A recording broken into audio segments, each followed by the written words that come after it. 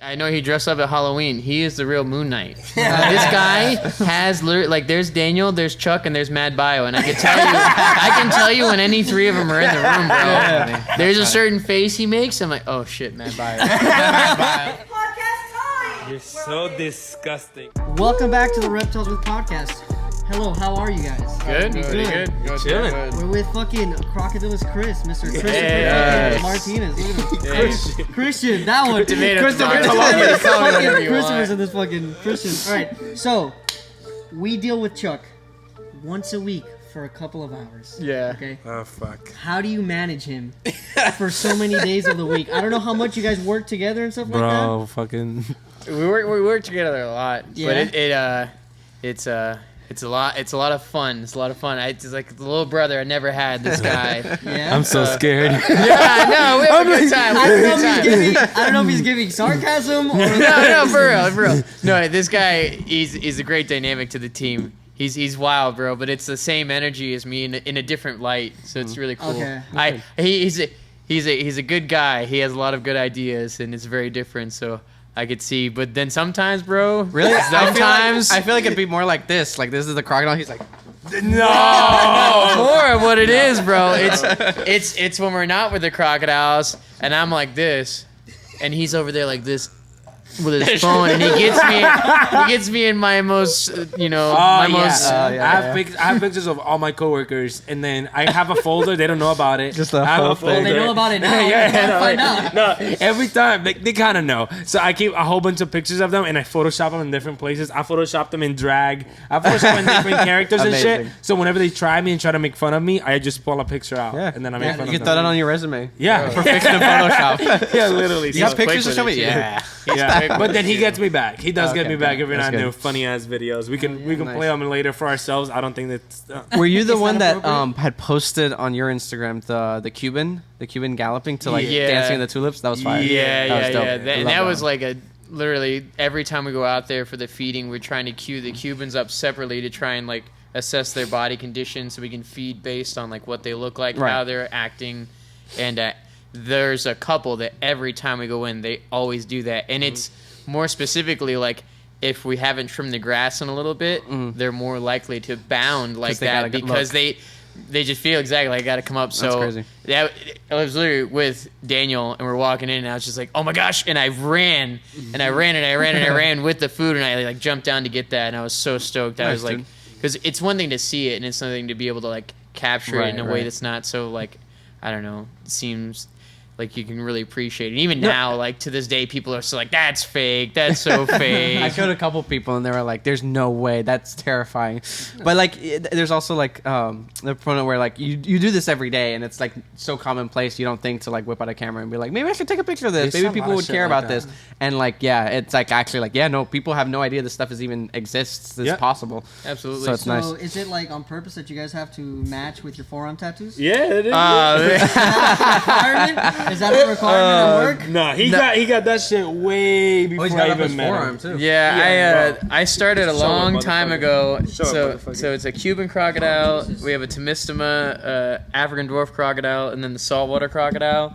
And I always say I could never claim rights to like forearm crocodilian tattoos because I feel like, with the internet, I can connect with some of my colleagues around the world, and I feel like it's just one of those things. Like we all have that same idea in our head of like, well, I'm not gonna get the whole damn thing tattooed on me, so I'm just gonna get the head. So There's so many people you just run into like that. Yeah. too. Yeah, Like different species think fuck. That's why I didn't get an alligator because I've seen people with alligators and shit like that. And then I broke the law where I used to work at The spectacle. with the spectacle, so that's why I got the most common. And I get roasted on for that shit. And he gets roasted too. You just call them all alligators and he gets pissed. Oh, yeah. my coworkers, the guests, and like the guests are so nice too. Sometimes they're like, "Oh my god, those are amazing alligator," and I'm not gonna. I'm just gonna let them be nice, and you're like, yeah. There's actually crocodiles, all crocodiles, not even one alligator, and then still they'll be like, Same thing. "Well, I loved your alligator tattoos," like, damn. He's like, all right. listen. So if you open your fucking eyes, And then I feel like it's really easy for people, like, when they're coming up to talk to me about animals, be like, well, damn, that guy definitely doesn't like the lemurs and the sloths. He likes the crocodiles. So it's very easy for them to kind of assess, like, all right, I kind of think I know what this guy likes. Pretty easy. yeah. But, yeah, I wear my passion on my sleeve, quite literally. Do you have a favorite? Favorite? Not tattoo necessarily, but like croc. Oh I'm guessing my it's one gosh. of the 4.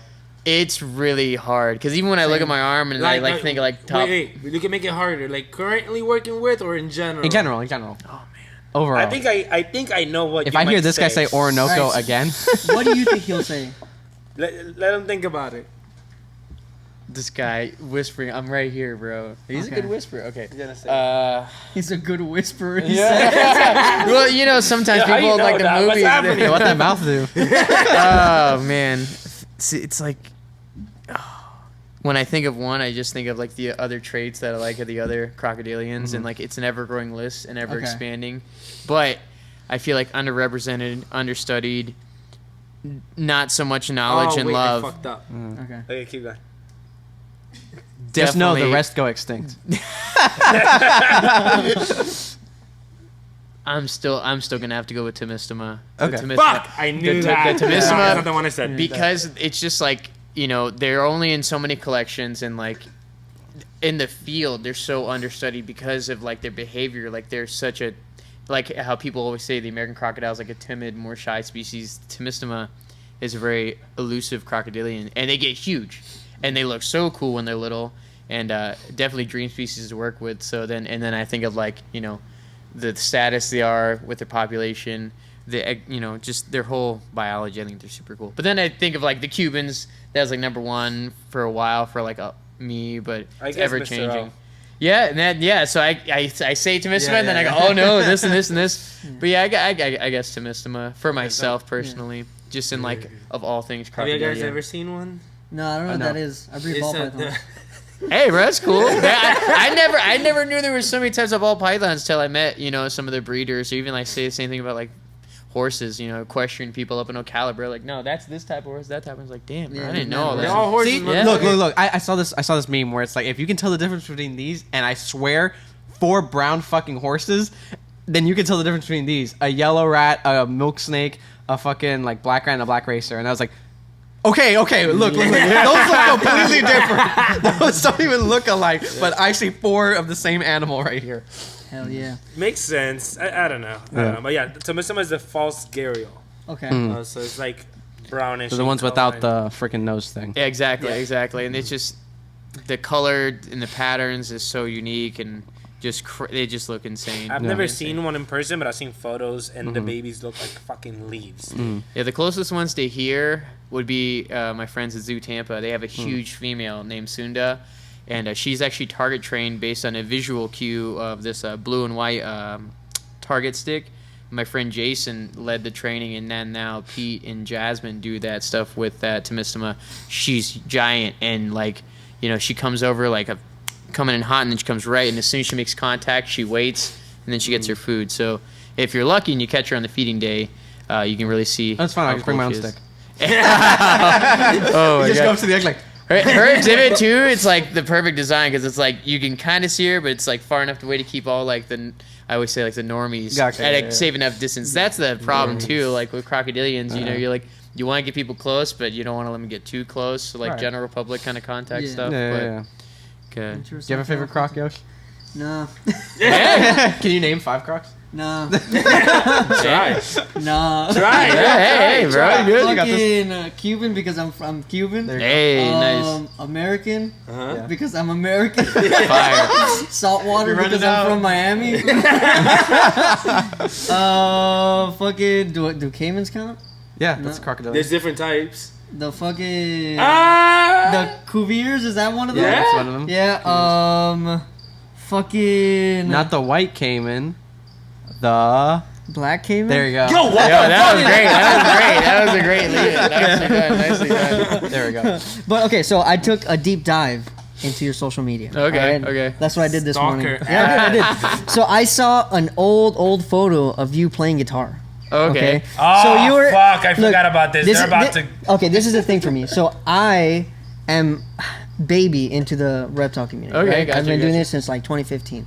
Before that, I was a musician. Oh, right? yeah. So I am super excited when I find other Hispanics in the community and other musicians. So I want to know how you went from like metal playing band into this reptile thing, or was that just something that you did the whole time? That's a great question. So, like, growing up in Florida my whole life, They're like, both hard as fuck right now. yeah, no, I can feel it. I'm no, literally, somebody came to work. Somebody literally came to work the other day, and I was just trying to make conversation, and I was like, all right, I don't want to judge a book by its cover, but bro, you look like you're in a band. Are you in a band? He's like, no. Everybody always asks me, like, damn. Dude, but that's the thing.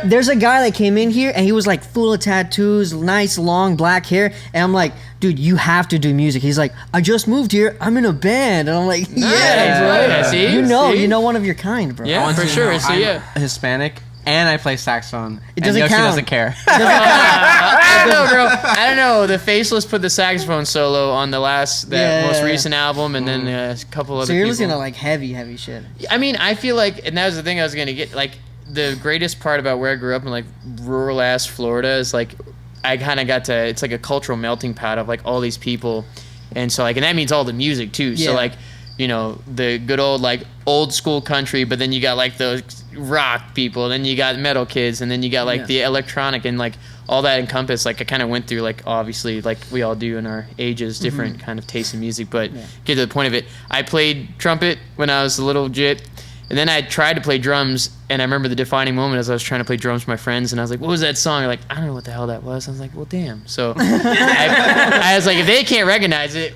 I remember my friend would play songs on his guitar, and everybody knew what he was playing. I was like, well, I'm just going to play guitar. And Guys, this is Wonderwall. yeah, literally, bro, that's how it went. So I remember it was like 8th grade year, I transitioned to guitar, and then from there it's just like, you know, you're going through life as a young teenager. I was like, oh, bro, the heavier the better, the heavier the better, the heavier the better. Yeah. And it was just like that perfect time, because I'm an old man. I graduated in 2010. Don't even, bro. I'm 2012. Okay. I'm an old man, 2010. Chill, my God. Well, we were just talking to what people at work, and they have like a marketing job or something. I don't remember what the title is. But anyways, they're like, yeah, I graduated 2016, and I almost fell out of my chair. That's me. I was like, bro, that's crazy. But yeah, I've always played music my whole life, but then getting into the scene, it was more into like heavy music, and then all through the years I kept playing, and I remember there was this distinct moment where I worked at Disney.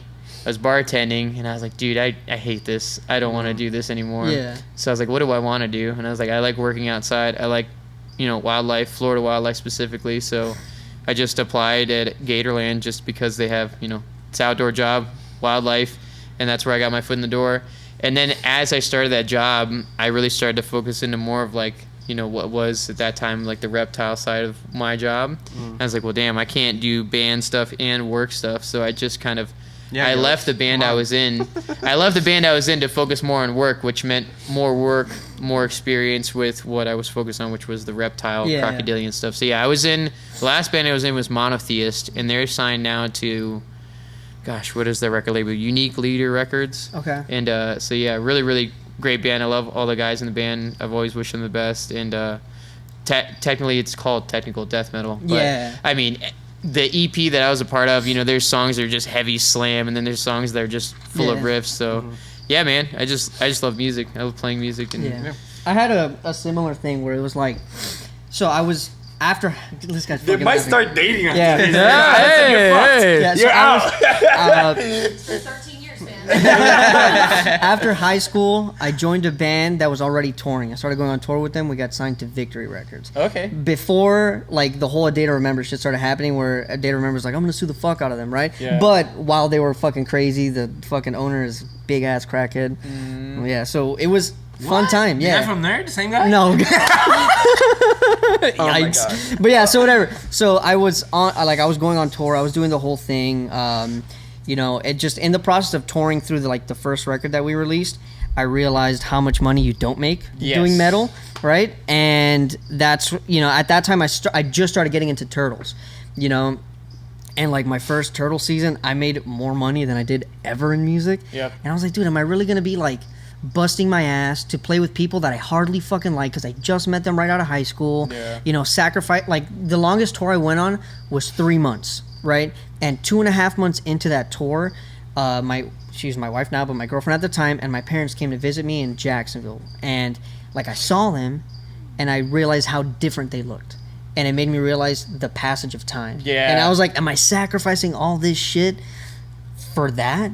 And I said, fuck that, dude. So I pretty respect. much, put the music stuff a little bit in the back burner and really like dove deep into reptiles. And that's what's up, bro. Hell That's yeah. And everybody's journey is different too. And I mean, I think of people like Wes, who's now in Louisville. That band is super fire, but like he went through such a transition of life where he just left that behind, and now he's back into it. But sometimes I feel like the industry kills the love of music, which is not 100%. what anybody wants, Dude, bro. I went like almost like 3 years without playing guitar. Yeah, that sucks. Yeah. And but that's how it makes people feel sometimes, Yeah. and you don't want that. And I feel that, and that's what I tell my friends and everybody all the time is like, I would love to be in a band again now, but it's because I want to just play. I'm not feel so similar. interested in Yeah. touring. I'm not so interested in like the marketing or the promotion. I just want to play to have fun. Yeah, I'm not gonna lie to you, the thing is with music, this guy's laughing over here.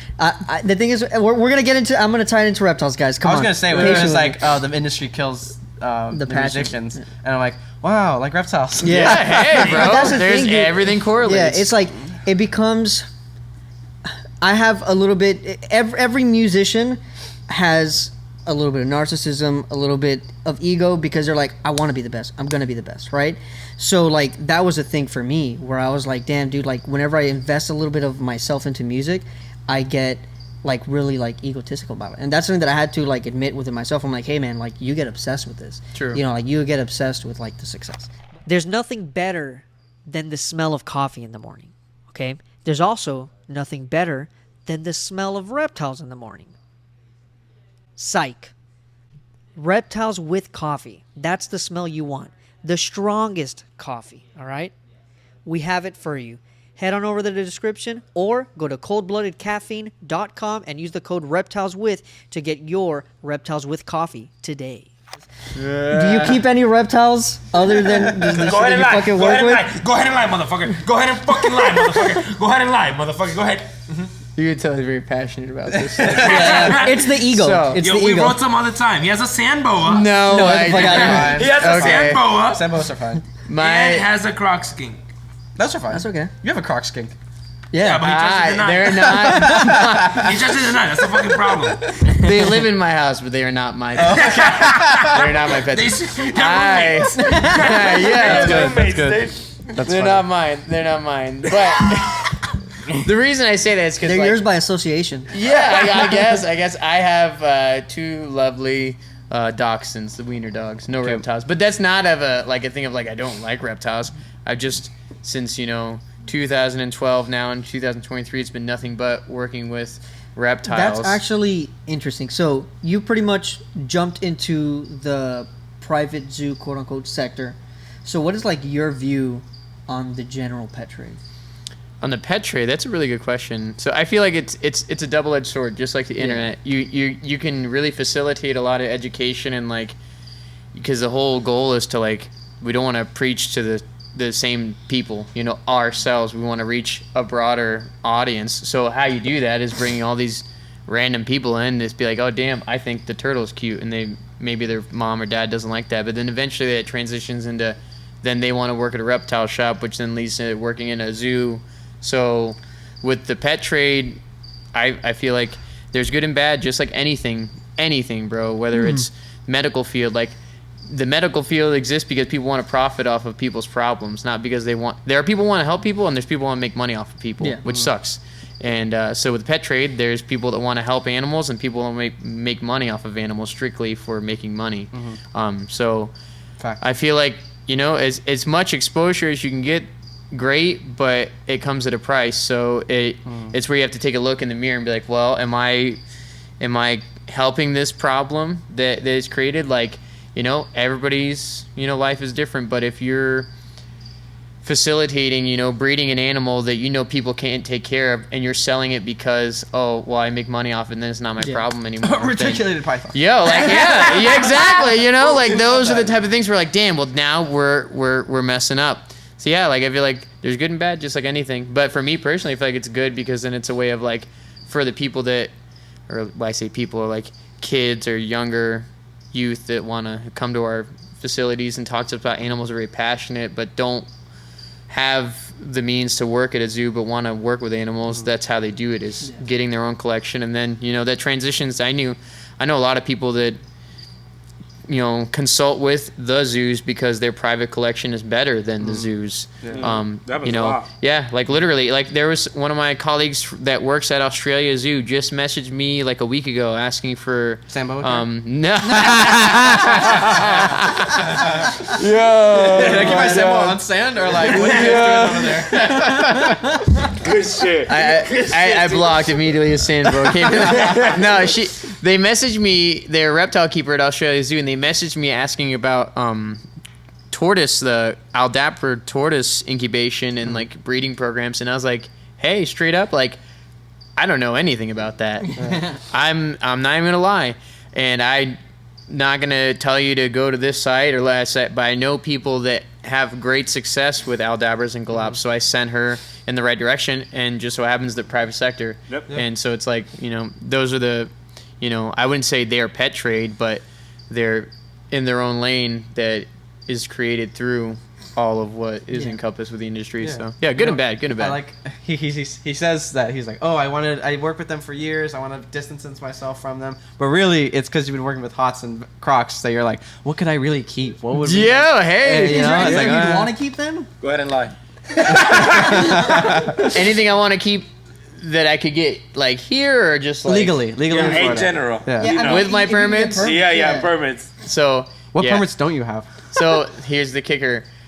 I think I did the math. I could hit my hours for my permit every 6 months, something like that. So I could apply anytime I want. My problem is that I'm very cheap, and I refuse to pay the state of Florida any more Gotcha. money than I already pay them in speeding tickets. He's cheap as fuck. And Which, knock tolls. on wood, And and tolls. tolls. So encompassing that, I don't have my permits like in my hand.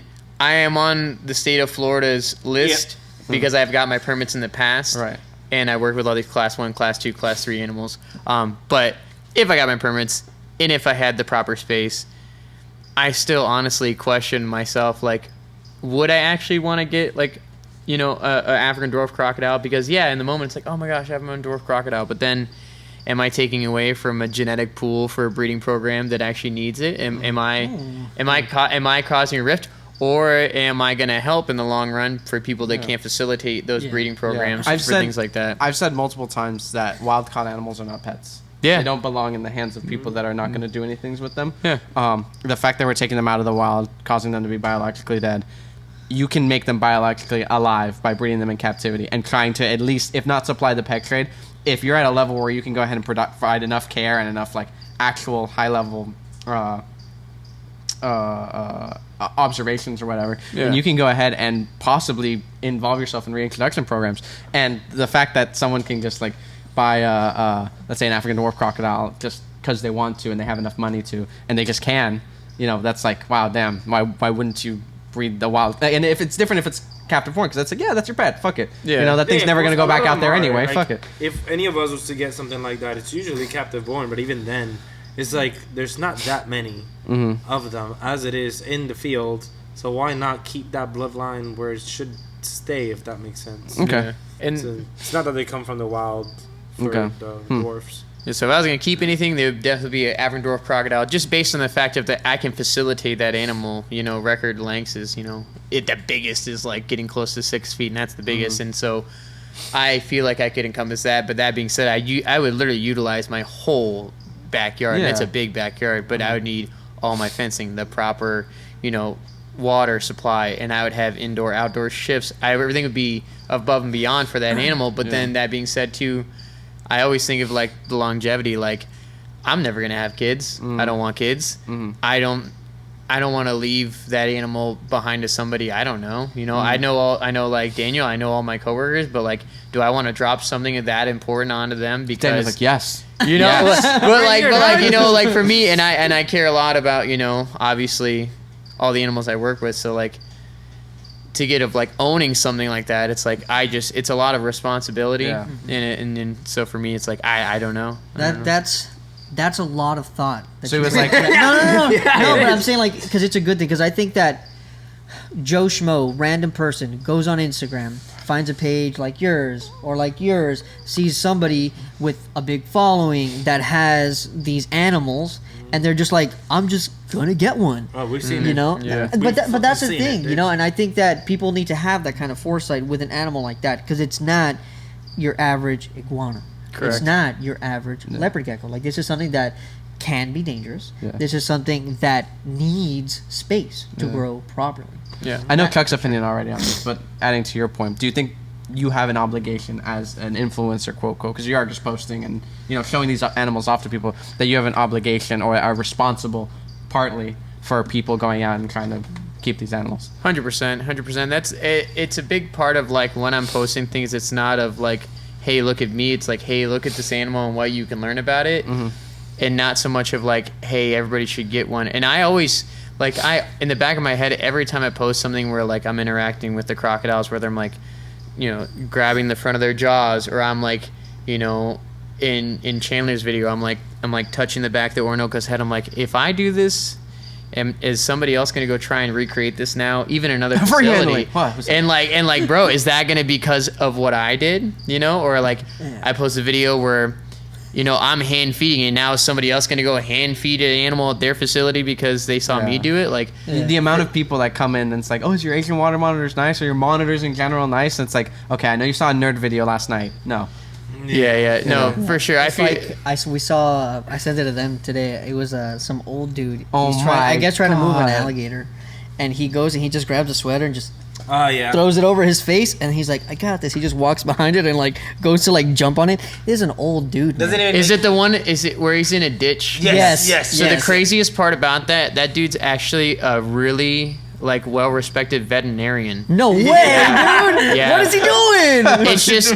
It's like, one "I of know those what I'm things doing." where like we always say to people when they're talking, it's like, oh, how do you get this job, or like what do they look for if I want to work here? It's like with reptile keeping, not even just like Crocs, they want experience more than a degree, versus if you want to work primates, they want a degree in psychology. So getting to my point, that dude's a very experienced veterinarian. At no point are they teaching him like, all right, you're gonna jump on an alligator like this. No. Yeah. And even with like FWC, like when I worked at previous facilities, like they would come, use our alligators to teach their employees how to, catch Handle. alligators, because they don't know, and they don't want them not to learn, but they don't do it all the time. Yeah. So, and even that being said too, like I always tell Daniel, like, and all of the guys understand, like, never get complacent in like how you think it's gonna go. Like, oh, I've done it this way this many times, it's gonna go the same way every time.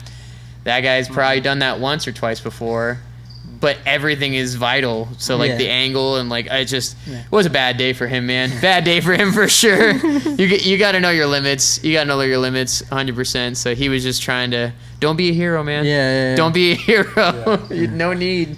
Yeah, and how many people are gonna like watch a video of like one guy doing that just mildly correct and is able to do something, and they're just gonna be like, "It's my turn. Try it. Yeah. I'm gonna try that shit." True that, 100%. I don't Everyone really does give that. a fuck. People Everyone go does fuck that. themselves, honestly. Because whatever you do, people are gonna try it. Everyone, you know what's funny? What's the funniest thing? So working from a retail perspective with like bearded dragons on display, obviously most of the time we'll keep babies together because they're still young. We're providing them enough food where they're not wanting to cannibalize on each other, whatever. Sometimes up to 3 in a cage. And someone will come up and be like, oh, can I keep multiple in the tank? And I'm like, no, it's best to keep them separate. He's like, oh, but you guys do it. And I fight the urge to be like, yeah, well, I'm a professional. I've done this for years. It's my job to literally make sure they don't eat each other. Are you going to be sitting here all day behind a register waiting for them to like feeding them and all this stuff? No, you're not. So keep them separate because you have to go to work. You have to take That's care of your family, whatever. Ass Go away. Come back from them though. It's like y'all do it though, and it's like It's my job to do this. It's my job to do this properly. I get paid to do this right. If you want to support us, head on over to modernreptileshop.com or in the description where you can find our merch. And the best part is that a percent of the proceeds from the merch gets donated to conservation. One more time, that's modernreptileshop.com or head on over to the description.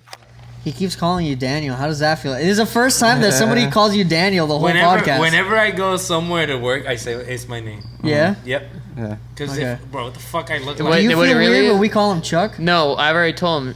I know he dressed up at Halloween. He is the real Moon Knight. This guy has like there's Daniel, there's Chuck, and there's MadBio, and I can tell you when any three of them are in the room, bro. There's a certain face he makes. I'm like, oh shit, MadBio. Or there's a That time is where I'm like, hilarious. yo, Chuck, what the hell? Chuck, come on now. And then Chuck, stop killing him. Yeah, so Eyes go back and say, God damn it. God damn it. Yeah. Yeah, no, whenever I go to work somewhere, I say my actual name. And actually, you know what's crazy? The day I met Brian Barczyk, I met him. Oh yeah. yeah, it's Yeah. trippy. We have a Yeah. picture together, and Yeah, we have a picture together, dude. And you didn't know? We didn't know we were going to work together or nothing. No, but what rather? We didn't know each Was other. it like an us situation where we were in the same video one time, the Miguel video, or were you guys like, oh, that's when you met? We met. Okay, We were in the okay. same room. Yeah. dude. Like, we were in the same room, like... So you just show up to work one day, you're like, oh fuck. No. 'Cause, Okay, okay, okay. so when I was looking at the other place, he left. Literally, you left a week before I got there. yeah. He like a week before I got there, he leaves. I go in. Oh my god, it's like a love story. Yeah, it is. I hate this so much. listen. And then you know the bitch that I don't fucking like, right? So the bitch I don't fucking like started bitching, and then I'm like, God damn it, I wasn't allowed to do certain things. Then I wasn't able to like do certain things with the alligators and stuff, and then I started breaking the rules. But how am I gonna break the rules if I don't know what the fuck I'm doing? I got nobody to like reach out to. So I had two options. I hit up Chris Gillette through DM, and I would talk to him and ask questions. And then this guy was working down the street. So I was like, oh shit, I remember meeting him. And then our other coworker, Peter, still worked with me. So we and him were talking, whatever. Then Peter leaves and works with him. And then I go, yo, I want to go like, this visit. is a friend. Yeah, I was like, I want to go. I was like, oh, I want to go visit. So when I visited, I saw them doing one of the shows with one of the alligators. And bro. that's when you fell in love. Bro, they literally ask him to come up, ask him to hold, touch his teeth. The alligator just stays still. They do blood draws. Like, Chuck's like, yeah, literally. They were doing like blood draws and shit like that. And then like they walked me around, showed me all the animals. That's when I saw the first broad snout, which is cool as fuck. Yeah. And then like from there, I'm like, okay, how do you do this? How do you do that? How do you do this? How do you do that? So from him and listening to what he said that day, I went back and I taught myself how to do like certain, like a couple of the things. Then 2 years after, no, like a year after, I got a text from somebody like, yo, you want to get poached? And I was like, take me out. Take me out. I'm gone. Hell yeah. So that's what happened. It is a love story. Yeah, it dude. is a love story, dude. Look at that. For sure. Look at that. That's Hell crazy. yeah. And I always remember seeing Daniel post this stuff with the other place and the other animals and be like, hell yeah, bro. Like, it's cool because I never believe in like gatekeeping. I hate that shit. Like, everything should be like knowledge to everybody. Okay. And like That guy's everybody loving help me should get my hours. Everybody, yeah, bro. Like, and in terms of like training, because I feel like sometimes when it comes, and I feel Yeah. like crocodilian training is still like such a new thing in terms of like the zoo world, and so like I feel like sometimes people want to like hold back or like this is my thing, like Especially nothing. since it's life threatening. You know, your Yeah. life Yeah, is yeah. at risk at this point. Yeah, but it's like within each other. It's like where it's like we can make things easier for each other. For example, like I got you. you can jump on top of a crocodilian and like do a whole bunch of shit. But you can also ask them to walk wherever the fuck you want them to go. Yeah. You know, like little things like that you Yeah, should yeah. teach other people within the field. Now, if you're doing like wild shit, I don't give a fuck. That's on me. Yeah. But I feel like that's what he means mostly. Like, there's important things you can train, like the blood draws that we do. Of course. What is that? So, bro, you literally when we do a show, he's usually the one in the water. I'm the one talking on the mic. Okay. He literally calls the alligator over, asks him to come up, asks him to hold. I can go behind the alligator, pick up his tail, I can pull the motherfucker. He's gonna stay still, and then all I do is put pressure with my hands or keys or something, so that way, if in case we need a blood sample, all we have to do is ask him to hold, get a needle in. He's already used to the pressure, get the blood out. Anywhere else, you get on top of them, force them down, and like do all the extra shit where we make it easier for the animal. Interesting. Yeah, and then for the first when was it? Last year we had to do it for the first time. Last year we actually had to get a blood sample from them, and that's all we had to do. You know what's funny? I remember. Oh, sorry. I remember being in high school, and my biology teacher. I think I was in like freshman year. My biology teacher was like, so he was talking about brains. And he's like, so this is the human brain. It's all wrinkly because we can store information. More surface area, more information. Boom, cool, we're smart. And then he goes, this is the brain of a crocodilian, and it's smooth as hell. And he's like, this animal is stupid. All it knows is eat, sleep, die. You know. And I'm like, damn, okay. And then I go into like the reptile stuff after that, and I'm like, wait a minute. This thing's like understanding human words. Where are the wrinkles on his brain? Oh, crazy. You know, and it's like, wow, that's insane. Does that like negate like us having wrinkles and being smarter? Because obviously crocodilians are super intelligent. Yeah. Yeah, but like physiology is always different from, you know, reptile to reptile, and I feel like a comparison of a mammal to a reptile, that's a huge jump. So it's like apples to oranges, like, you know, respect to the teacher, but like it's two way different, you know, entities, and like the amount of neurons in a human brain compared to a crocodilian brain are probably very different, but the structure of the crocodilian brain is much different than ours. Like the cerebral cortex being enlarged of like crocodile specifically makes them so much different from the alligator brain, but they both in that same facet. I mean, like it's incredible how much they use of that brain. Like the study they did with the saltwater crocodiles, how they can actually literally shut down half of their brain at a time. So it's like sleeping with one eye open, the unihemispheric sleep.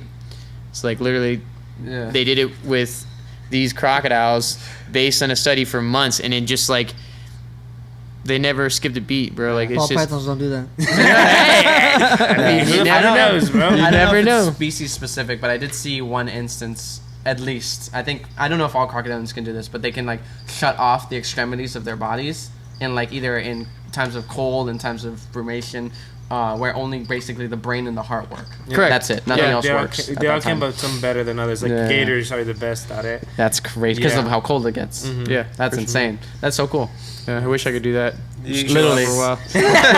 Shut off. Airplane mode for humans. Can you imagine what that feels like, bro? I would hate it. I think That's I what would. it feels like when I go to bed, bro. Turn yourself into a vegetable on command. Like Is there anything that you see like on social that bothers you that people do? With Feed like pizza to reptiles, or Yeah, like, with reptiles. I mean, like you that you're working with training these animals. Is there anything that you see that you're like, yo, stop doing this shit publicly? Like it's gonna make the situation bad. breeding ball pythons. No, we're good with the ball pythons. with my stuff with crocodilians, I feel like it's like what are your intentions behind the content you're getting? Like are you doing something to look crazy, or are you doing something to facilitate like a behavior, even if it's just for like the animal's enrichment? Like that's what sets it apart from like, are you just trying to be stupid because you know it's going to get like it clickbait, you know? Yeah. That's the stuff where it really will get on my nerves more than anything. But that being said, I'm not stupid, so I know what they're doing, they know what they're doing. So like, and it's not so much I'll never control what anybody does, but when I see that stuff, it's like, man, like you know what effect that's going to have on people, and like you know how they're going to perceive what they're seeing. So like if you're showing something in a crazy manner, and that's all they're going to think, versus like you show something in a calm, you know, in a different manner of the animal, it's going to be way different. So that kind of stuff will irk me for sure. But I mean, hey, at the end of the day, everybody can do whatever they want. I guess when it's me too, like personally, like I've had people come and film like a whole training session we do with an alligator.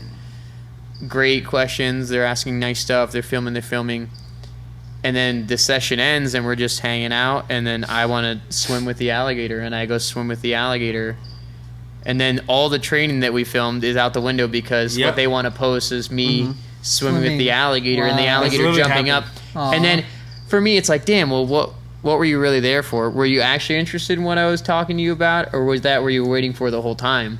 And then later on, I always say, like, I never underestimate the power of, like, the internet. Internet's forever. People's opinions, you're never going to change them. And it's always going to come back to you. So, like, that being said, that instance with that filming, I remember at the time I felt a certain way, like, damn, like, well, hopefully you liked what I did. And then later on it came up where people are being like, hey, look at this, what I saw. Like, that's what I was about to ask you. Do you get shit for stuff that... No, because it's something that we do. And it wasn't something like I wasn't supposed to do, but what happened was it changed somebody else's opinion about like us before they could actually meet us. You know what I'm saying? Understood. Yeah. So it's like they're forming their opinion off me based on what they just saw. So like if all they see is me, swimming, they didn't see the training stuff. So then they're, first thing you want to say is like, oh damn, like look at this. Yeah. So I didn't get in trouble because it's again something we do.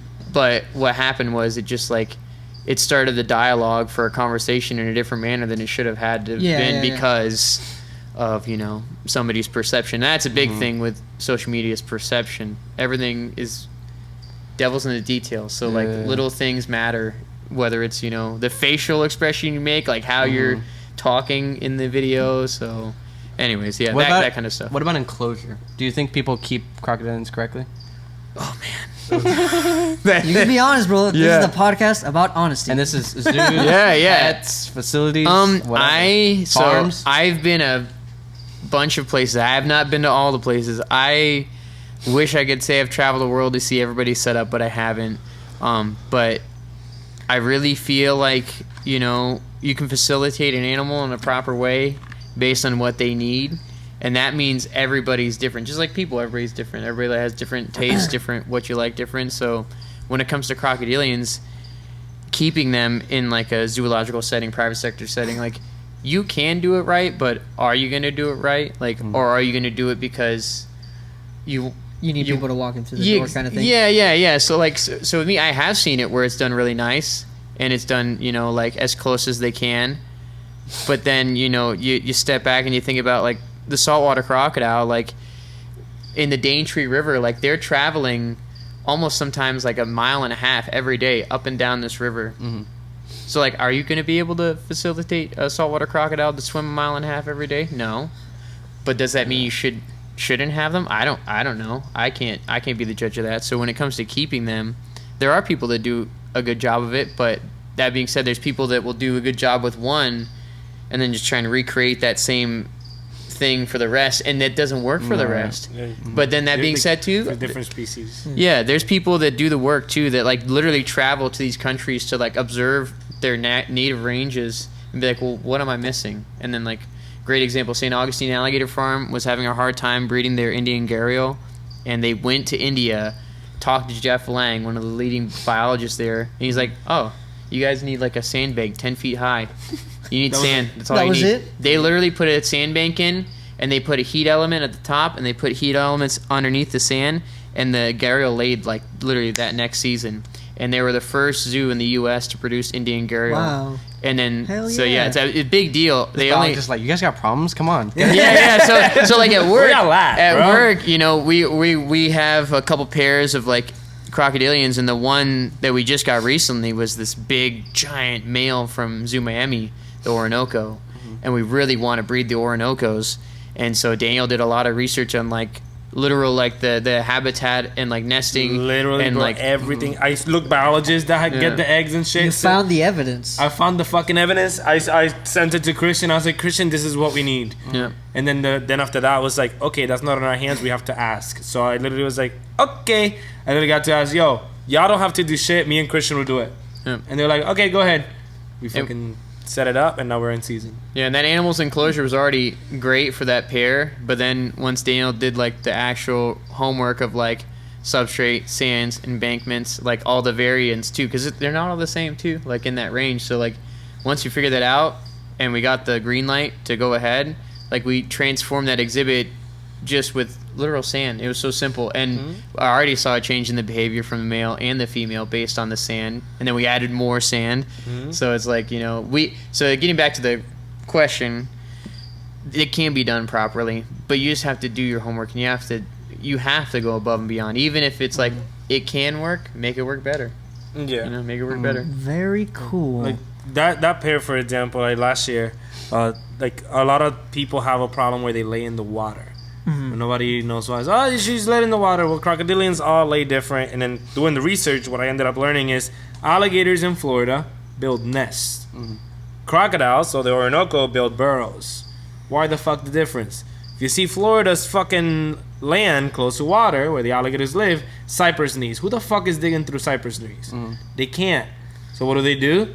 They build a nest instead. Bring a whole bunch of sticks, build a nest, put the eggs. Orinoco crocodiles. Lives in a river. What's on the side of the river? It's like a beach. It's just sand. So they don't have to. There's not enough sticks to go around and pick up. So they dig a burrow onto the sand. Now bring that animal into Florida. Leave them in whatever enclosure you made. They can't dig through the fucking cypress knees, but that's all they know. Yeah. They're not gonna think, let me pick up some sticks. That's not in their evolution. Yeah. So they have to dig, and we saw her try. Yeah. We saw her try, bro. Like, we went crazy. Yo, she's trying to dig. She couldn't get through. So she ended up laying in the water. That was last year. That was last year. Very interesting. You With guys that said, are so learned, so smart. With that said, you think Thanks, man. you think FWC's regulations are enough?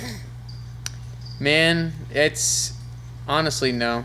Yeah. And I think it's just because they cater to that, like, they want to be fair kind of thing. So then when somebody says, well, I can't afford what that guy can afford, they say, whoa, well, damn, well, what can you afford? Maybe you shouldn't have the animal. Exactly, Crazy.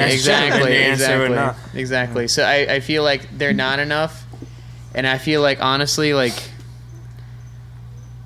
I've seen situations where, like, you know, again, I ain't trying to get any kind of politics of anybody's job, but like, there's people out there that are doing inspections not how they should be doing them, and not for our stuff. Like, I've seen other stuff, you know. So like, in terms of regulations, like, there should be even more. Like, why not go above and beyond? Why not make it even more and more and more? Just that way, you can everybody can be on the same page. Versus like, well, I did the minimum and it didn't work.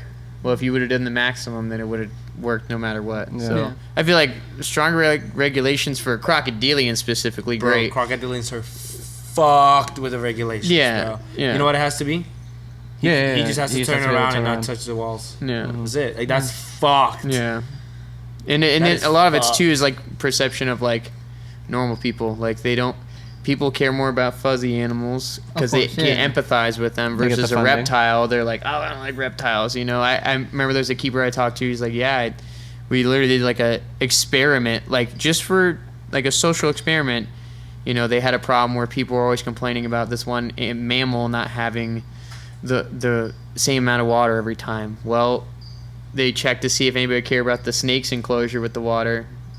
Nobody said anything. Yeah. So it's like, you know, the regulations are heavier on other stuff versus the reptiles. They're like, whatever, Yeah. you know. Yeah, 100%. I had someone come in today, talk about feeding a boa, and they're like, "Oh, what do they eat?" And I'm like, "Oh, rats, rodents," and they're like, "No, the poor fuzzy, rats." And it's like, "Yeah, they're cute, I get it." And she's like, "No, I'd rather let the snake die than have to feed it to the rough. fuzzy." Oh, and in my head, I'm like, "This snake will be your best friend for the next 25, 30 years if you take care of him, never biting you once." That rat, like, granted, rats are nice, so at some point, but if I give you the rat right now, yeah, he'll bite the shit out of you. Yeah. Whereas this boa's gonna be like, "Oh, I don't know what's going on, sorry." Yeah. Oh, you touched me. Ah. It's like Sounds not a lot even like the same Tino, level. snake ass bitch. If you're listening to this, you're a reptile lover, all right? And what do we all need? We need supplies. So, we got you covered. Head on over to imperialreptiles.com and use the code REPTILESWITH to get a specific discount special to us and our listeners for your reptile supplies today. One more time, that's imperialreptiles.com. Use the code REPTILESWITH. So as far as training, do you think training within different lizards and crocodilians, is it different, or can similar things be replicated with, like, let's say you're training some kind of crocodilian? Can you Your ball implement pythons are not similar? gonna follow sticks. No, man.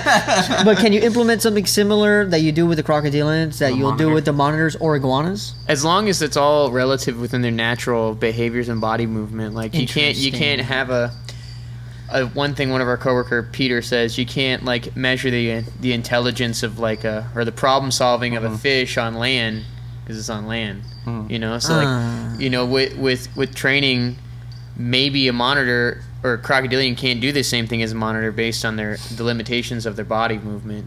But there's a lot of it that can translate just based on simplistic things. So like the target training, visual targets, that can be implemented with any animal that has eyes. Okay. So like our monitor lizard, Max, the big black-throated monitor, he does great with his target to where you can like call him out target, up and down the walkway, no lead or nothing. And I feel like there's some of our crocodilians that if we need to shift them, I don't have to like look, if I just need to move one from one enclosure down, there's some I feel confident enough I would just be able to target cue them in.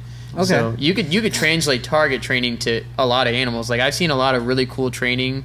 There's a lot of the animal training pages I follow on Facebook where like they do some of the coolest training with like literal like chickens and fish and goats. Yeah. And like it's insane. Like, and these are training applications that I would use, but they're doing with like fish and chickens and goats. So yeah, it's abroad. I mean, it goes everywhere. Like the method of it goes all around. Like the method we use is it can be used with like whatever animal or whatever. It just depends, like the limitations, like you said, like crocodilians, their eyes are on top of the head and to the sides. They can see right in front of them.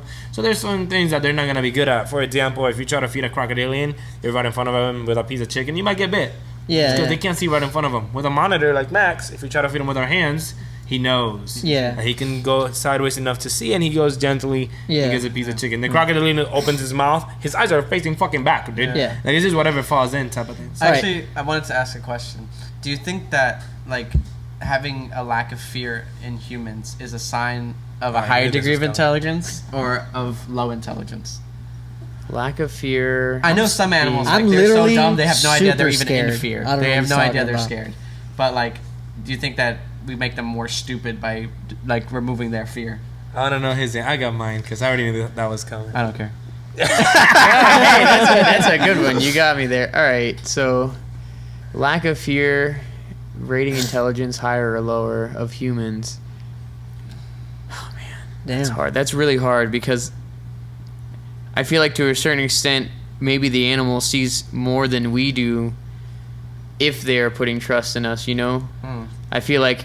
You know, with Yeah, bro. yeah. Well, I mean, it's, Bro, I looked. I saw your face. You're like, fuck. Yeah, dude, I felt that, dude. yeah, I mean, but realistically, like some like our supervisor, he always says like, you know, some of the vipers are different, you know, based on which ones they are, and like he always says like the mamas, you can literally see them thinking and like working things out. So like with the fear thing with humans, like if they don't show fear, maybe that's because they're that intelligent they can work things out of like to assess the situation versus if we work the fear out of them, I don't know, maybe they aren't as smart because they should fear us more heavily. But that being said too, I feel like there's been a lot of situations like with wild animals where you see interactions where they're strictly wild animals but they have the cognitive ability to assess like shit, this human is trying to help me right now, you know, like where I've seen, you know, I've ever seen the videos where they're literally like cutting like nets off of dolphins and you can see that where there are still their wild mind, the instinct is still like be scared, but then there comes a moment where like, all right, let me just assess what's going on. This guy would have killed me already. Yeah. So as far as like intelligence taking fear away, man, I don't know. It's tough because sometimes I think about ball pythons a lot. Me too. And like I'm like, is this animal stupid because it's not afraid of me, or does it like know quicker that like, oh, I'm not in any pain. There's no. I think reason that's to fear. out of like years of breeding. I don't think that it makes the animal correlates. stupid though. I don't think it correlates. I think it just Just makes because- it used to us. Yeah, like I feel like the interaction with us does not have to go with fear because even us, we live life through experience. This motherfucker was scared of everything at some point, and then he ended up trusting them and not being afraid anymore. It's just like what the animals experience with us. So the crocodilians, yeah, we've taught them to come over. We get them some food and stuff like that. Is that stupid? No, I feel like that's intelligent enough to understand if I approach, food comes after. Yeah. Like, it's a sign of memory. Yeah, you're. It's like a different programming, and it's Yeah, you're just changing it up. But in the wild, that's not gonna happen. Most of the time, they're just gonna swim away and be scared.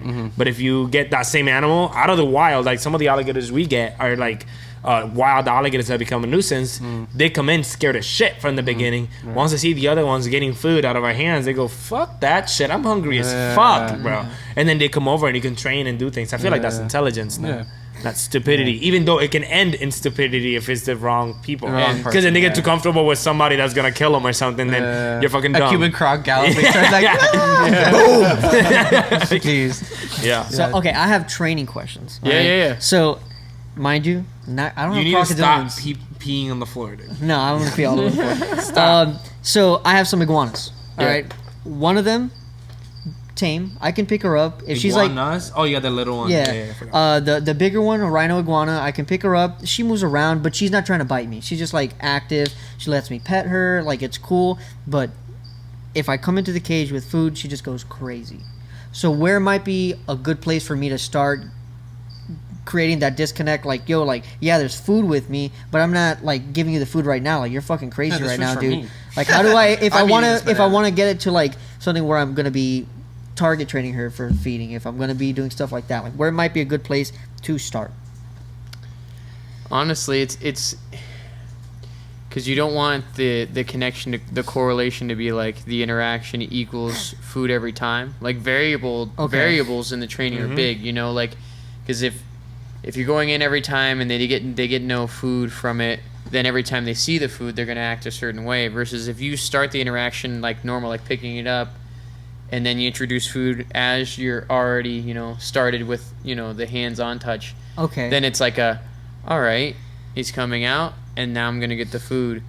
Some animals are always just gonna be foodie though too, and I feel like it's just time, and Yeah. like the more time you spend, the more things you learn based on the animal's posturing. Like maybe just sitting there for a minute, letting them get a little food, and then picking them up. Not letting them have food, they kind of be like, all right, I got what I wanted. I'm gonna let them have what they want, and then go back to, you know, the food. Okay. Because at the end of the day, that's the other thing too. Training is all based on positive reinforcement at this point. Whoever says negative reinforcement works is literally a caveman. Like, it's the dumbest thing I've ever heard. They'll never. It's not a thing. It's Some circus shit. yeah, exactly. It's not. Circus It's clown not a shit. thing. It's not a thing. So with your iguanas, man, like if the foodie thing is happening, then just start the interaction a different way.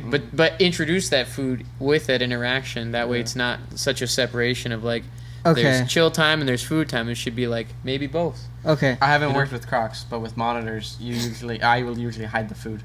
Yeah. Before I interact with the animal, I'm hiding the food. I think if you wanted to put a plate like in a bucket and then bring the bucket in with you, she might start to associate the bucket with food. Yeah. But like you'll put the bucket in for the first couple times, she won't know that there's food in that bucket. She'll interact with you. She'll be like, "Oh, this is cool," and then you go ahead and reach in the bucket, feed her. Yeah. It's like, "Whoa, cool! I got food, nice." Yeah. With the monitors, I'll usually, if I want to interact with them outside the cage, I'll use my fingers to like lead them up so that they're like there, and then I'll be hiding the food in the back. Yeah. Like I'll either put it on top of the cage, and hold it behind me and then I'll go ahead and introduce the food. Now, on That's the all other good. hand, I have a much younger rock iguana, right?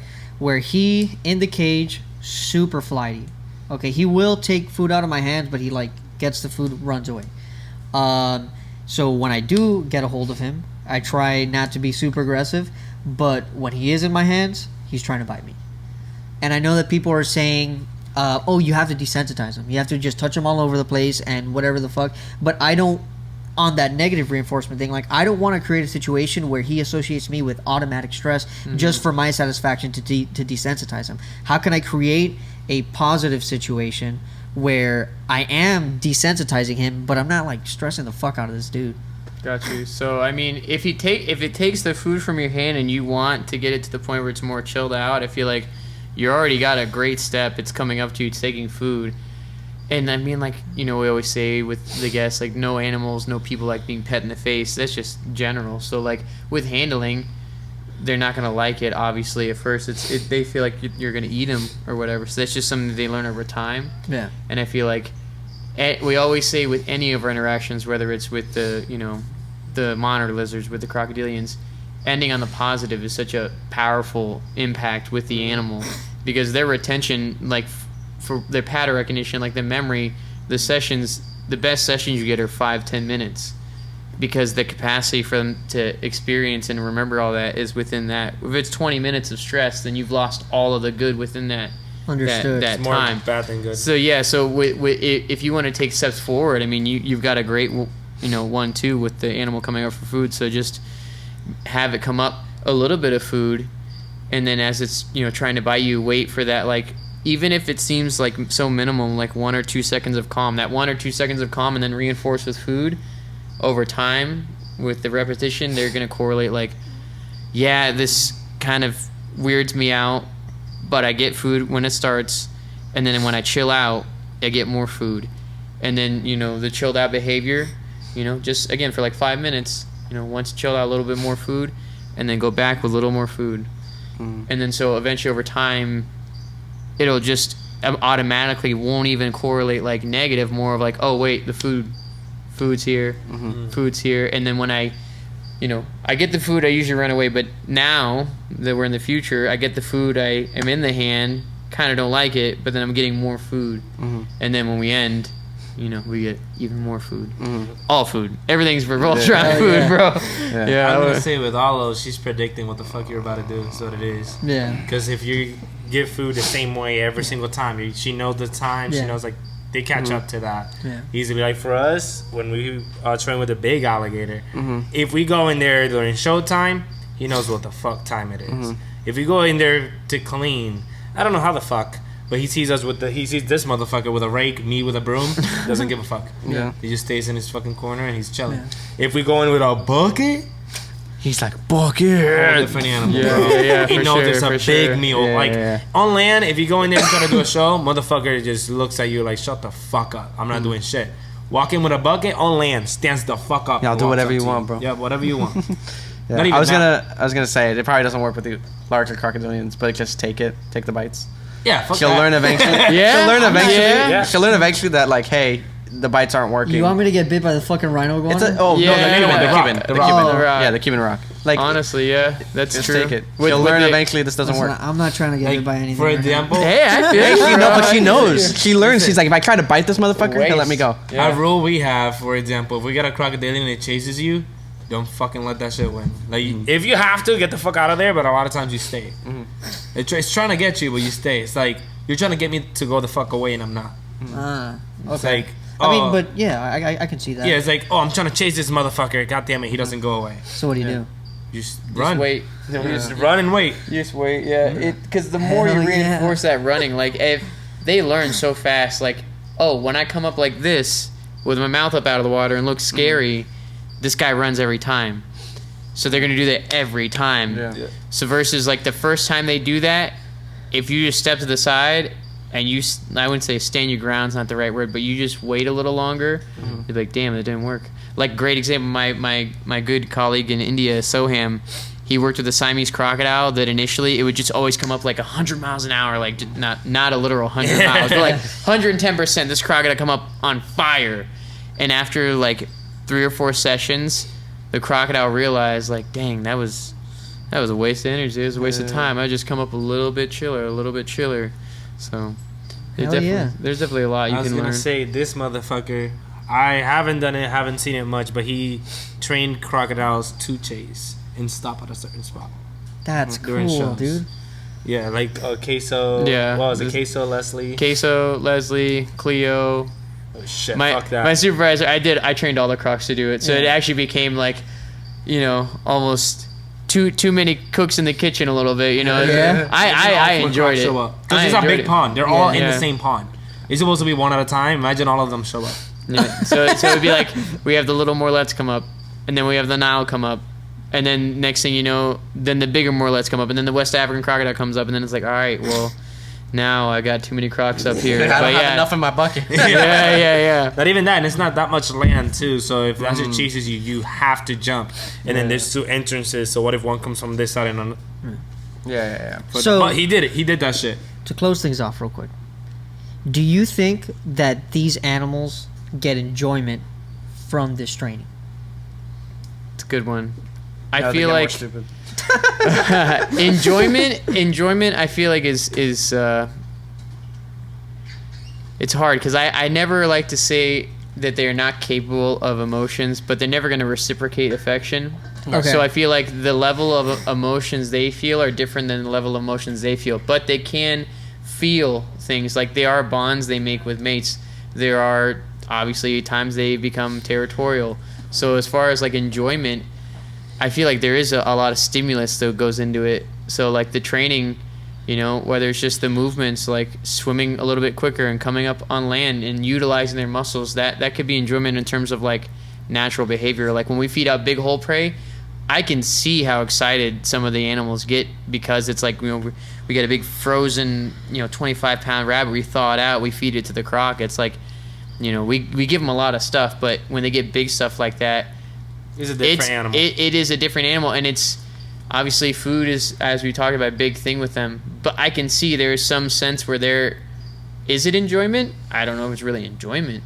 So with the training, I feel like it's a positive interaction, whether or not it's true like enjoyment. It's hard to say. So is the training then selfish? Not that it's like only me myself at the expense of the animal. No, is it always like, I just want to do this, there's no reason that I should do this? No, Without the good. negative connotation. No, Selfish in I the think sense that's that what it's he's just like, trying to it's say. just Yeah. for me. It's No, just that's fair. So I feel like with the training, the way we do it, it is still based on what the animal wants. So like with the big alligator stuff, like if he doesn't respond to something, then we don't do the session. If the crocodile, if we go to start something and the crocodile's acting different, we don't do it. Or if behaviorally the animal isn't jiving with what we're going for, then we don't do it. So I feel like the training is for the benefit of us and them, but at the end of the day, it is still up to the animal, which sounds, to some people, it sounds kind of crazy to think like, we're letting them decide, but we really are. Like all the literally training. cancel shows daily. Yeah. Right now, because So it's like, if you're in the middle of a show then, and you got two people, both of you guys are working the show, do you guys, obviously there has to be some kind of chemistry there, but are there like signals that you guys tell each other? That you're we literally say it. Oh. Like you're like, Yeah. yo, I he have doesn't a want to mic. do this shit today. Yeah. I have a mic, he doesn't. No, but I'm saying like if he's trying to tell you like, yo, like today's not the day for this. Like Tell how me. do you? He goes, hey, Chuck, stop it. Yeah, we really, No. I feel like we openly communicate that like Yoshi wants a there's no we don't like do like a ear tug or anything. I feel like we are just really transparent with each other, but more so even like the guests. Like I'm not gonna try and hide what I'm saying to him from the guest, because what I'm gonna say to him is exactly what I'm gonna tell the guest. Like we're not doing this because this happened, or like in the show, like if look on the mic, if I'm on or like he's on the mic and I turn, I'm like, yo, this crocodile doesn't want to do this. He'd be like, hey, everybody, this crocodile doesn't want to do this. So it's not, we don't really have to hide anything from anybody. And so when it comes to doing the shows, it's just very transparent, very, and that's a big part of communication is like, he's always watching me, I'm always watching him in terms of like the show, but also in respect of like the animals too. Nice. So yeah. Do you get any booze? No. Booze? Yeah, and it was like, boo, fuck this, make him do the jump. You make No. it fun for the most part. Yeah, I think the way we it's all in, just like we talk about perception. It's how you present something. So I always think of like, if I just came here and I had no idea what the hell was going on, how would I want somebody to explain it to me in the simplest terms, but also the terms of like the straight facts? So we literally say, in the base root of it, and to get to the point of like people getting upset, like we're not doing this because the animal doesn't want to do it. And if you don't like that, sorry. Like you can talk to the animal about that. And I think I've only had like maybe 2 people ever like make it like a problem. And it was more of a problem in the fact like, I've been here before and then you've not done this. And I always say like, well, hey, if you really want to see something like that, then you can just go on YouTube, go on Google. If you really... You want to see it again? Come back another day. But then, and I always, coming back. The winters when they shut up, they're like, no, I'm good. It's cold, Yeah, dude. so I don't think I've ever gotten a boo, but definitely some people I'm being first.